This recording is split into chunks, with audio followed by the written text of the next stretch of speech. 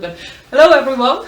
This is another live session. I have today two people with me who work in the non-profit sector, and I thought, because I'm a social entrepreneur, people who tries to change the world with business, it's interesting to have a discussion about the pros and cons of it. So maybe first you can introduce yourself, Kees.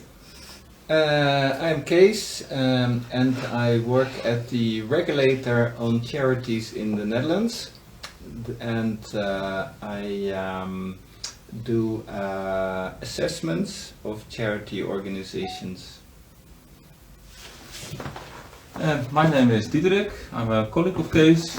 I also work at the charity regulator, and I'm the data analyst, so I'm trying to see which trends and developments there are within the non-profit sector.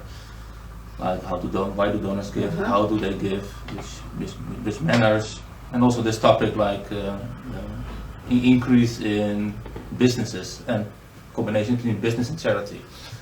That was my next question, yeah. Do you have any experience with social entrepreneurship? So not myself, we are a non-profit organization, SCBF, but we see lots of social businesses and non-profit merging, and non-profits trying some social businesses, or social businesses moving more towards non-profit and trying to make a better world. For my end, that's sometimes because it's hard to get money as a non-profit. I don't know what your experience is with social business. We see that the charities we regulate, they are more and more exploring commercial activities also as a source of income, and commercial activities as a way of achieving the goals. And for instance, you can distribute mosquito nets in a country to avoid malaria by giving them, and you can also sell them for a small amount, and which makes it more efficient because you can distribute the double amount if you do it on a commercial way. Yeah. And Yes. another example is a small pitch. The Stichting Comfort Blanket for Our Planet and me, we are selling tutorials to raise money for a non-profit. We see You that can get it with the link in my profile. I'm not doing advertisement here. It's not advertisement if it's your own business. We see that a lot, that organizations sell tutorials or curricula that instead of providing them for free, more and more. So it's a form of entrepreneurship. And how do you think doing the non-profit way compares to social entrepreneurship regarding like the capacity to make a change in the world and how effective you can be? I think they're complementary to each other. Traditionally, people think, oh, I need to give money to make the world a better place, so I give my money to a charity and I don't want anything in return. That's still a valid way to do things. Lots of charities, like the charities we regulate, they have a total income from donors like about 1.3 billion euros in the Netherlands, so that's a large amount of money that's still being donated. But that's not the only way, not the only income source. Like you said, it's, for a small charity it can be hard to raise funds, and it can be another way to do is by business raising money, because you have access to other kinds of money. You get consumers buying your products, you can raise money that way, or you can get funding from other investment companies that say, oh, we want to do an investment, but we don't want a profit, but we want a social return on our investment. So those are different kinds of streams of money you can get access to, which charities find harder to gain access to. So I think they can coexist with each other, and both have their own pros and cons. Yeah.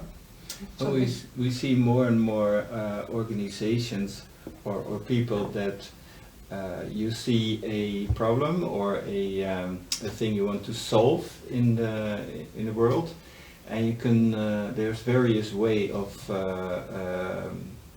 achieving your goal. You can say I will start a charity, foundation, a non-profit, or you can say I'm going to solve this problem by starting a social enterprise. And we see a lot of social enterprises in the philanthropy sector that get assignments by municipalities. Let's say you have to cut the trees, the branches, and you can hire a normal company as a municipality to do that, but you can also hire a social enterprise for doing that with people that have a distance to the labor market, for instance. So it does both ways.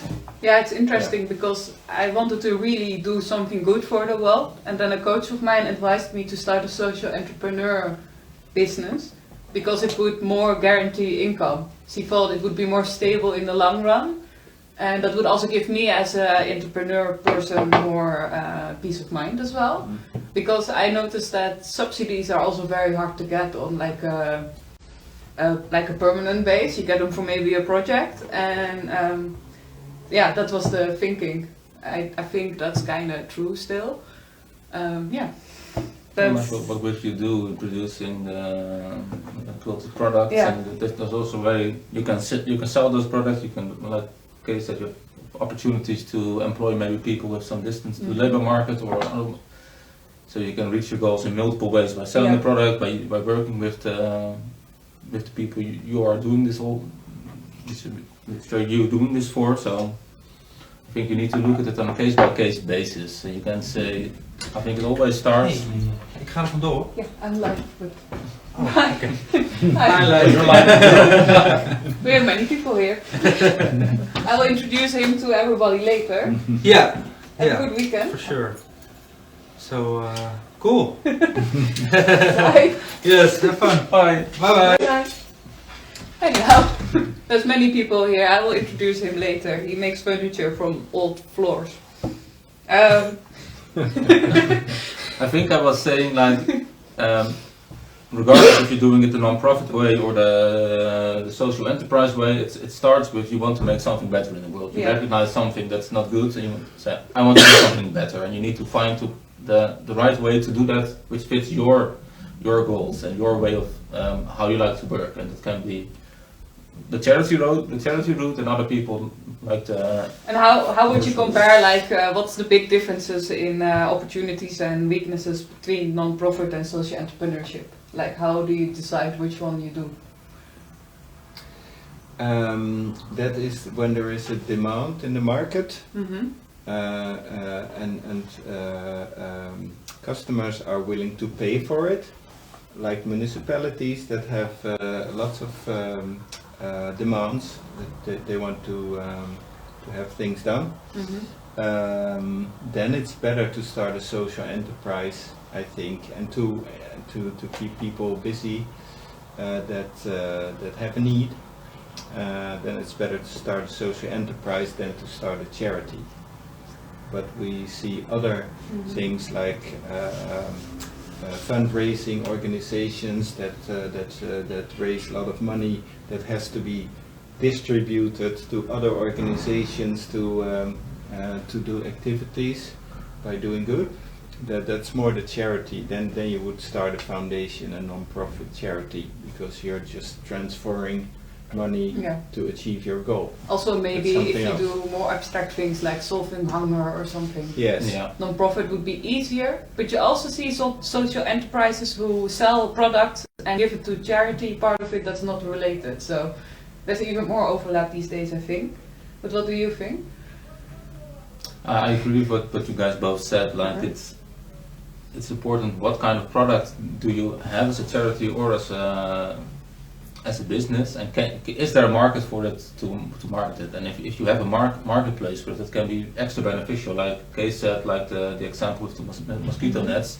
If you can produce more mosquito nets by asking for a small compensation by handing them out instead of just giving them away freely, you can increase your impact by doing that. And you can increase your outputs of more mosquito nets and help more people. So that can be a good business way of doing things better than a non-profit. And I think non-profits have learned that traditionally the whole profit was a kind of dirty word for non-profits. Like you're a non-profit, so you can't talk about profits. But slowly, I think the mindset is changing, and they're recognizing, well, we can use the profits to invest in our in the goals we want to reach, and invest in doing good. So we can do more good by making some profits, and we don't make the profits to get rich ourselves. But for the goals. I think there are two things happening as well. Like one thing is that people or consumers are getting more conscious about what's happening in the world, so they're more willing to pay for businesses that are social. And also for non-profits it becomes harder to get subsidies on any meaningful way that lasts longer than a project. So I think that social entrepreneurship is going to be more than non-profits in the future. Because it gives more opportunities and more, it's even more democratic in a way, because people can just, instead of having to go be an activist, you can just buy from companies doing the thing you think is important. I think the only matter is how to make sure that the social entrepreneurs are actually doing the good work, and that is certification maybe, or maybe there are other ways, I don't know. We work a lot in the charity sector with the theory of change. Yeah. So what is the problem you see, and what is the change you want to make? Mm-hmm. And then the next step is, and social enterprises have that as well, the theory of change. Yeah. So this is the problem I see, this is the change I would like to make, and how am I going to do that? Which activities am I going to choose? Mm-hmm. What is the best way, and which alternatives do I have to make this change? And then you can project, I want to have these results, the projected results you can write down. I want to have so many results, and then that's what we call the output of your activities. And then you have the outcome, which what are the wider results I want to see from my output. Mm-hmm. So many people have done this, and this is the change in their lives. This is the wider effect. Yeah. When you go through the theory of change, it might be very good to see the best activities which I can choose is starting a social enterprise. Yeah. So there in this model, you can analyze and see this is really good for social enterprise to do my goal achievement. And maybe we can also use the theory of change to create consumer trust as well, to show like what you do and why, because that's the big thing, I guess. But if you say you're doing good business, how do you prove it? Yes. Yes, that's Yes. one of the. I think the things the sector of social enterprises in the Netherlands is also thinking about that. How can we really show we're really doing good first, and not making profit and just saying we're doing good, like greenwashing. Lots of companies. Because in the Netherlands it's not officially recognized entity yet, social entrepreneurship. It's something in between. They're busy with regulations, but it's not true yet. It's not we there are yet. involved with that. We are busy with the ministry. Some countries do, but the Netherlands doesn't have specific regulations to prove you're a social entrepreneur. You just say it, and with your story you can make consumers trust you, but there's no body above it checking it. But we already know what it's going to look like, Yeah. which means that you have the charter, you make your charter, the statuten, where it's your information as a business for lay people, like your papers with what you do the and papers, why. what you do, why you exist, Yeah. which you have to register. You have the main objective, why you are existing, what are you going to do and want to change. You need to have that registered, and you need to have restrictions on the profit, which is paid out to the owner. Yeah. So there will be 50% of the profits will be paid out to the owner, and 50% will be in a fund internal in the company to do the good. To do the good. Yeah. Yes. I think that's basically all the basics I wanted to cover for today. Thank you for your information. I don't know if you want to add something.